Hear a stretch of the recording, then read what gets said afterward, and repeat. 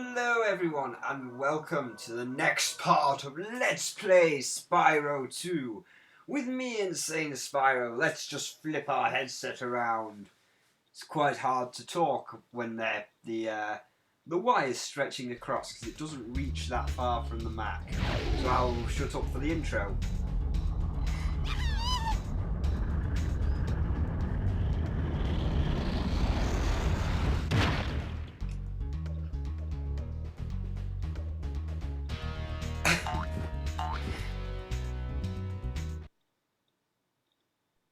Oh dear, you got squished. So welcome to the Magma Cone, an episode long time coming. But there is a very special reason. Because, Hello, let's just see what this guy I says. suppose you're here for the party. I'm afraid it's been cancelled because the stupid Earth-shapers Oh my set off God. the volcano. Oh my god, it's Ian, the Scottish guy! I did not realise that! That was a terrible Scottish impression. I apologise to all my Scottish viewers out there. So yes, this is a very special episode because I did recently go on vacation to the Magma Cone itself. Well, it's not recent anymore. It was about 2-3 weeks ago now. It's taken a while to get the live footage off the phone and convert it all for Mac compatibility and so forth. So I'm going to kind of do it like a little adventure, which you'll see coming up so I can see my progress bar. So we're here in the Magma Cone village, right next to the volcano. So how about we take a look at the village next to the volcano? And I will also just be talking over this because the wind blew like quite a lot and I thought you could hear me but you can't. But yes, this is about 2,000 feet above sea level, or however they record a mountain in sea level terms. And it's nice, clear, sunny day because we are above the clouds. I don't know how well you can see this, but all that white stuff in the background, that is the clouds below us. So we are actually above the clouds at this point, just looking over the, what would you call it? The lava fields, or the fields, the big thing where all of the lava hardened but didn't flow, like it's kind of encased in a cone. And there is the Magma Cone itself just there. So, yes, every time we go live footage, I will be commentating over it just because it was so windy, and when I tried to, put it on the Mac, all you could hear was. So I was like, ooh, that's bad, you can't hear me saying about stuff. So I will just talk over that. So yes, we're in the Magma Cone, watch out for this guy. And we've got a few birthdays to do, 2 in fact. Because as of this recording, it's actually, well, the point I'm recording today, right now, is E-Pony's birthday. So, very happy birthday to you, E-Pony. No doubt I will say that to you on Skype. But and tomorrow, it is Matt's birthday, so happy birthday to you, Matt. But obviously, you're all seeing these a day late. So, by the time this is uploaded tonight, you will see it tomorrow. Therefore, happy birthday to E-Pony yesterday, because I am speaking to him now in the future. So I hope yesterday, which is actually still today, but I hope yesterday you got lots of good presents and had fun on your birthday, because I know it's your day off. That's about all I managed to get from you, from the 2 sentences I managed to talk to you today before I left. So yes, I hope you're having a good day off and having a nice fun party of some description. And as for Matt tomorrow, I know he's working, so I work with him, but you never know, after he's finished work, he might be going to the pub. He might be having a secret surprise birthday at the pub. So, happy birthday to you, Matt, for tomorrow, and I hope you get lots of nice presents and have a very good time. So, that is the birthdays out the way, and we move on. And the one thing I will say about Magma Cone is there's a reason why this video is 30 minutes long, because I was going to cut this out, and I'll talk about it, and I can't believe I jumped off like a stupid idiot. And as you can probably tell, this is all post-commentary due to the live footage, because obviously, I usually record live. Like, yeah, see, we're doing it live, and if something goes wrong, it goes wrong, and I can either leave it in if I'm getting frustrated and I start swearing because it's like, oh my god, why is this so hard? And you all laugh at that. Or or I get a dry throat. All this volcanic dust in the air, all this volcanic heat gets to you. So I'll take a shot of Oasis. Kind of fitting, because there are no Oasises. Or Oasisi.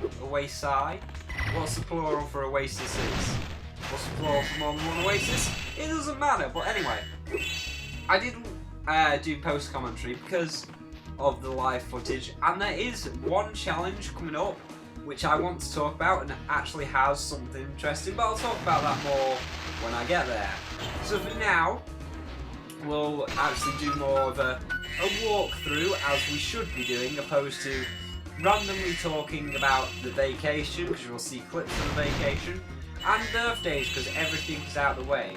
Although I will say, just to finish off my little updates, I did plan to have an extra piece of footage at the end. Got hit there, never mind. I did plan to have an extra piece of footage at the end where I was on webcam and I was like, oh, and here's the magical things I got for some of you. But, obviously this is the Mac, obviously is apparently the new word of this, my thing is not scrolling, oh god. Hold on. There we go. Sorry, I don't know why my progress bar wasn't scrolling there. I need to keep track of my progress to know when we're doing the live parts. But yes, I'm recording on the Mac. I'm trying to make, because the Mac does have a webcam, but I've never used it before. And when I was trying to use it, I'm getting tired. But it is late here. It is, in fact, 1 in the morning. But yes, as of trying to use the webcam, it was kind of acting up. It's my fault. I'll openly admit I've never used it before. Don't know how to use it. It's my fault and I need to learn how to use it. So there's no live footage at the end to show you what you had, but for the people that are getting a present, that is just going to be all more surprise. So that will be all mailed to you over the weekend. And now we reach the mini-games, that's all I had to say, but you got a 30-minute long video. And now we reach the interesting mini-game, which I have some interesting information on it, and I would have to say out of all yes, please shut up, Hunter. So out of all the mini games, Ready when you are. I find this one the hardest, and that's, I know I've said that in the past, but this mini game is truly the hardest mini game. And if you're wondering why, I'm going to translate, because you should have seen this before, or you have seen this before. Not Spyro 2, not the Ice Crystal Glacier minigame. Well, you should have seen a map like this from an earlier game, in fact. So, I will say, I do win the first minigame, spoiler alert, but I'm going to change Hunter's text. So we're going to ignore what Hunter says, and we're going to change his text to say what the other game says, and see if you can work it out before I reveal it. So, obviously I'm losing at this point, but I do pull it back, so there we go. So yes, I can't really talk about much at this point, because I'm just kind of trying to get up to 10 to complete the first challenge. But after we complete the first challenge, we will get to see what I want to show you, where the original predecessor, or where Spyro got the idea from for this minigame. I wouldn't say it's copy-pasted, it's not exactly like its original or the source material, but it's very close. But it is very close. And if you can't tell by my cough, I'm also a bit sick. Here's an orb. So, we've won an orb, and that is orb number 42 of 64. Almost at 20. I'll give you another orb if you can beat me Um, again. Let's play to 15 this time. What do you say? So the translation for that is, the first game I was holding back and I was being easy. Now we play the harder game. This time only eat the yellows and avoid the reds. Does that sound familiar? Only eat the yellows and avoid the reds for the harder game. Obviously this is not a 3-stage game, so there's no third stage where you have to eat whatever is shown on screen, whether it be reds or yellows. And I think I've given you enough time to work it out. So, if you haven't worked it out, this game is the sequel. Would you call it a sequel? I don't know what you would call it. But this game got its inspiration from Banjo-Kazooie. And if you're wondering what level or where it got the Banjo-Kazooie inspiration from, go play the level, or if you don't own a Nintendo 64, go watch a Let's Play of it, and go watch a Let's Play of Banjo-Kazooie, the level Bubble Bloop Swamp, and it is the Mr. Vile games, Mr. Vile Crocodile. Because if you look, you have holes all across the map, and you've got to grab the item. This, in Spyro, we are grabbing crystals, and in Banjo-Kazooie we were grabbing red or yellow worms, depending on which version, or sorry, which challenge we were playing, whether it was level 1, 2 or 3. So yes, go watch Banjo-Kazooie, Mr. Vile Challenge, and you'll see it's pretty much exactly the same. You've got a map where holes are, where the item appears, and you've got to get it before Hunter, or in the Banjo-Kazooie case, Mr. Vile Crocodile. If I knew how to do split screen, I'm currently learning that. I know it's possible, I've had split screen before, but it didn't really work properly. That was on a test video, so I'm just learning that. But when I learned how to do split screen, I could have put like Spyro on the left and the Mr. Vile game on the right to show you the equivalent, and show you how similar they are. And on that note, I do believe, this is why I think it's the hardest minigame, because I do believe, I sincerely believe, that all Mr. Vile games, like not Mr. Vile in general from Banjo-Kazooie, but these type of games where stuff pops out of the ground and you've got to get it before your opponent and it can appear in a random location, I do believe that these types of games, when you beat the easy game and it moves on to the harder game, I do believe that the crystals are rigged, or the yellow yumblies and the grumblies and everything in Banjo-Kazooie and whatever other games this style of minigame has been playing. I do believe the crystals are rigged to appear close. Look at that! There was 3 right next to him and I didn't get 1. There was 3 next to him and I didn't get 1, and that one just come to him. So I believe that any game that is based off Mr. Vile is rigged to have the crystals, worms, etc. appear right next to the boss, like Hunter or Mr. Vile. Because I lose quite a few times here, and all the time I was playing, not the actual recording, because I never did a live recording, but all the time I was playing, and he was like, I was searching around for one, and then ones were appearing right near him, like there. All I was shouting at the screen was, "This game is rigged! You can't do this to me, Hunter! Why are you getting more crystals than me? I'm not getting 1 crystal, and you're already getting like 3 appear next to you." See, look, he was right there. He was right next to the spout. Of course, with Spyro, it's a little bit dumbed down because you don't have to do 3 challenges. You only have to do 2. You don't have to watch what you're collecting, like with the first challenge in Banjo-Kazooie, you only had to eat the red ones and avoid the yellow ones, so there was still an element of fail, because if you ate a yellow one you instantly lost, I believe. Or you definitely got stuck for a vast amount of time, which means you were probably not going to pull it back whatsoever. Just move my timer up here. Okay, there we go, just had to drag my scroll bar because my scroll bar's not working. But yeah, I do believe that what was I saying? But yeah, it's dubbed down because there's no element of risk. You're just collecting one coloured crystal, opposed to trying to avoid a evil crystal, or the yellow Yumbly in Banjo-Kazooie's case. You only have to play 2 games instead of 3 to get the prize. And also, as you can see by the floor, you'll notice like little steam vents like spray across the floor to show you where the crystal's going to pop up. Just going to try and get an example. That was probably an example there. But yeah, see that steam and then the crystal popped up.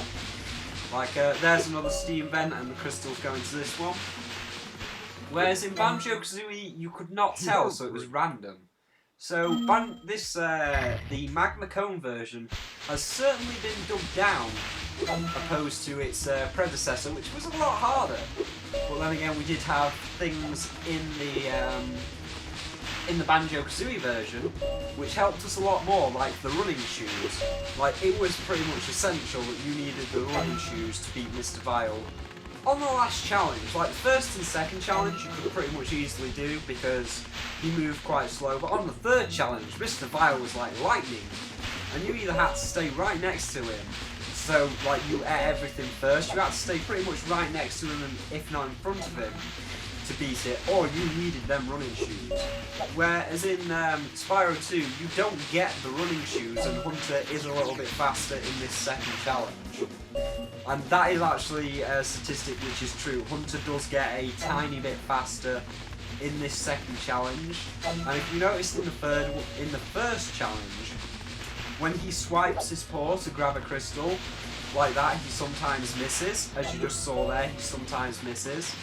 Whereas in this second challenge, he has less a chance of missing. Like, he'll 90% hit it. There's 90% chance he will catch the crystal, opposed to the first challenge where it was only like 70%, to give you a little bit more of a chance. But in saying that, I think this is the run that I actually do it, so I no longer need to talk about all the statistics of this minigame and how Banjo-Kazooie had this minigame first, and I copy-pasted it into my game. Even though it wasn't copy-pasted, I did dub it down slightly for the kiddies that wanted to play along. So anyway, let me just check my scroll bar here to make sure that this is the run that we succeed. The bad thing is that you have to... Well, actually, I don't know which is worse. I will just pick up on this subject really fast. I don't know which is worse. Whether getting to 15 first is worse, because you've just got to, like... That's how you would beat Mr. Vile, by the way. Staying in front of him and just jumping for the crystal before he could grab it or before Mr. Vile could eat it. Yeah, I don't know which is worse. The going to get 15 crystals, because you have to look around and wait for the 15 crystals, or having a 1 minute 30 second time limit like on the Mr. Vile, because the time limit, it passes faster, but you've got more chance of losing because you only have a lot less time to grab as many crystals as you can, whereas on this, time isn't really an issue. You have unlimited time to grab the crystals, which gives you more of a chance of winning, I believe. Well, it seems that way, because even if you're losing like 1 to 11, although I could never see such a bad thing ever occurring. But we got the orb, so let me just finish with the orb. Oh, and we're moving on to the next part of the volcano, where we actually start to climb up the volcano. So there's orb number 43 of 64, only 21 more to go. And now we're going to start climbing up the volcano. As you can see, you can't hear me, but I was just saying that we have now started our ascent towards the volcanic cone. I think someone was talking to me. There is the cone just there. So we have moved a little bit closer to it. And there is a pathway just to my right, which will take us where all those people are, which will take us up to the actual peak itself. So with that, we will move back to the Avalar Magma Cone, or the cartoon version, which was dubbed down for the kiddies, because that's what the Magma Cone does look like in real life. That is Avalar in real life. And Avalar does exist. So good luck finding it, because you need a magical gate that I went through at the beginning of this game to get there. Because even though it's in real life, it exists in a different dimension. So we're going to start our climb back to the live footage. And here we all are at pretty much the top. This is just a little gap. There's the top just there. It looks quite far away, but in real life it's not actually that far. We are like literally 20 minutes off the top. I'll just give you a little view here so you can see that we're still above the clouds, and I think we were about 22,500 feet above sea level at that point, and the summit is 500. Sorry, the summit's 500. No, the summit is 500 away, because we're at 2,500 feet there, and the summit is 3,000 feet. It's actually quite nice looking at that view. It's kind of disorienting as well. I just put my glasses over my camera here to see if I can get you a better view, like get rid of the sunlight over the lens. But it's quite disorientating because you see how the clouds just touch the landscape, because that is the level of the land. If you're down there, I should have actually recorded footage. I didn't think to do that, because you could go down there as well. Damn it. But anyway, what you can do is walk up right up to those clouds, and you can actually touch the cloud. Well, you can't touch them really, but you're on the same level as them, and it's kind of disorientating because it makes it feel like you're still lower down. You're not all the way up in the clouds, because the clouds are like the sea. It is really cool. I so recommend you go. If you want to know the real location, which I will say, is Mount Teide in Tenerife. So go look at Mount Teide in Tenerife. But yes, when you go down there, it's like you're standing on a beach and it's an ocean of cloud. So it feels, in a way, you do get that feeling, but it's hard to explain. But you do feel like you're still quite low down, because it does feel like you're just on a beach with the ocean, even though it's an ocean of clouds and you're quite high up. But yeah, I really recommend if you're going to Tenerife, if you do nothing else on your vacation, go to Mount Teide, into the Magma Cone, and that's all I have to say. It is a real amazing experience. And you find weird shaped rocks like this. Like, no one made this. This is a natural formed rock, which looks quite weird. I mean, look at it. This is Troller's Gill. The rocks are all slightly mad and misshapen. But what is that program from? How many of you will get that reference? Who knows? If it isn't my But anyway, hello, Mr. Fat Bastard. Could take you to the volcano. I'm not your best You customer. can have unlimited use of the elevator for a one-time fee of only a few gems. 200 gems? That's an outrageous price. You put inflation on that. When I went up to the Magma Cone, in real life, that shit only cost me 30 euros. 30 euros does not equivalent to 200 gems. And this is my final video, unfortunately, because I'll talk about that while we're going into the Magma Cone. But we were at the top. We were literally 5 minutes away from the top. I think I put these videos in the wrong order, because I say here, like, right here, because it's there. See, I'm just like, we are 5 minutes away from the top. We can literally see the top of the volcano, and it's just there. And I was going to turn it and show you, but I think I showed you on the previous, clip. I think those two clips got mixed up. But yeah, I didn't get to film inside the volcano for 2 reasons. One, when I got to the top, I don't know if recording movies on my phone gives you a dry throat, because I'm a bit sick. It's a combination of both. But yeah, I don't know if recording movies on my phone drains the battery like crazy, or if it's because I was so high up. There was a lot of moisture in the air and it got into my phone. But whatever happened, when I got to the top and I filmed the rim a little bit, after 2 seconds of filming the rim, where you look into the volcano, my phone died, and I was like, no, my phone died! No! No, this can't be happening! But, it was kind of inconsequential my phone died, because before we went into the volcano, the tour guide was like, right, no flash photography and no filming inside the volcano. If you have any cameras or video cameras, so if you have any picture cameras and camcorders, please switch them off now. There is going to be no filming. Any filming will result in like a €200 fine and all that kind of stuff. Which does confuse me a little bit. Because what can a video camera do? I know like in lots of places, I mean, even in, I believe it's called the Caves of Drac in Mallorca. Even in the Caves of Drac, we're not allowed to film or take flash photography. So I'm just wondering, does the Thanks light for closing damage? the lid on the volcano, Spyro. Things were getting a little too No hot problem, around here. Ian. By the way, here's a talisman I was saving for the party later. I think you deserve it more. Why, thank you, Ian. I'll keep that talisman very safe. When Ian sees this, it's probably... When Ian sees this, he's going to be like, how dare you, Spyro? How dare you take the piss out of my accent? My accent is perfect. How dare you make me a fawn? But I think he'll still laugh. He'll still laugh at it. He'll be annoyed, Spyro, but he'll still you're be just happy in that I time for the mentioned party. him Well, in my you would video. be if those nasty lava Oh, monsters good, Ian. hadn't I always stolen our like a hits. good It party. just won't be the same without party hits. I feel you, Ian. I feel you. Parties are never the same without party hats.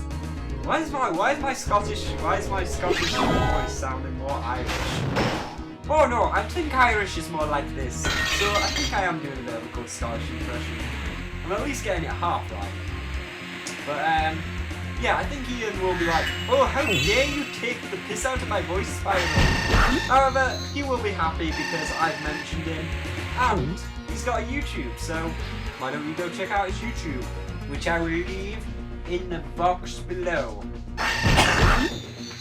So, as you can see for this challenge, all we've got to do is fly around, grab some Superfly every so often, and fly into one of these magma rocks that are coming out of the lava.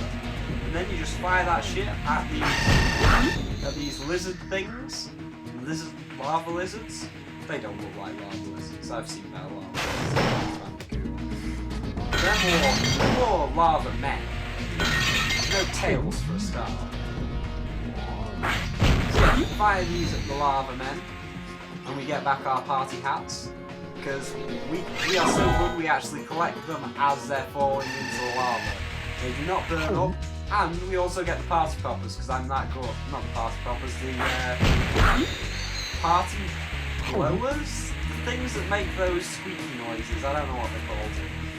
So yeah, that's about it. This is the last door. We're coming to the end of the video, so I don't really have much else to say. I hope you enjoyed my vacation. For those of you that are getting the special presents I got from inside the volcano itself, like inside this bit I'm flying around now, which it actually does look a little bit like this. I will admit it does kind of look like this. And I do have to wonder, did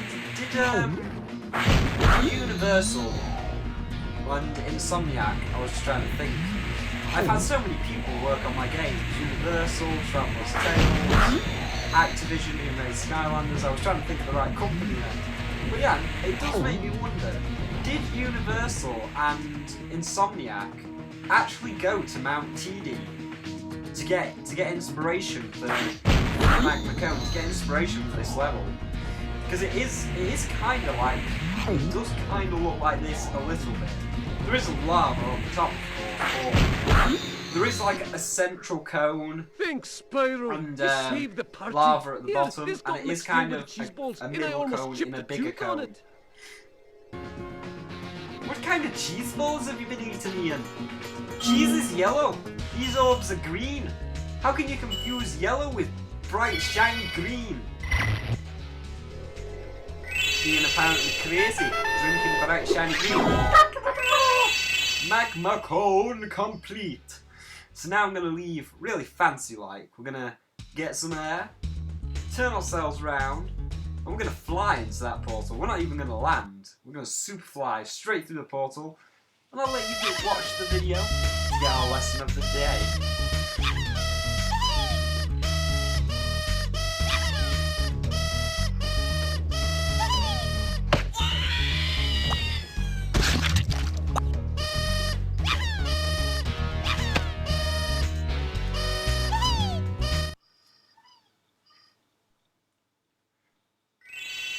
And there's your lesson of the day. Basically, never have a party with Ian, because if you're having a party and you're near something like lava or acid, he will brutally murder you by punching you in the face and causing you to fall into the lava.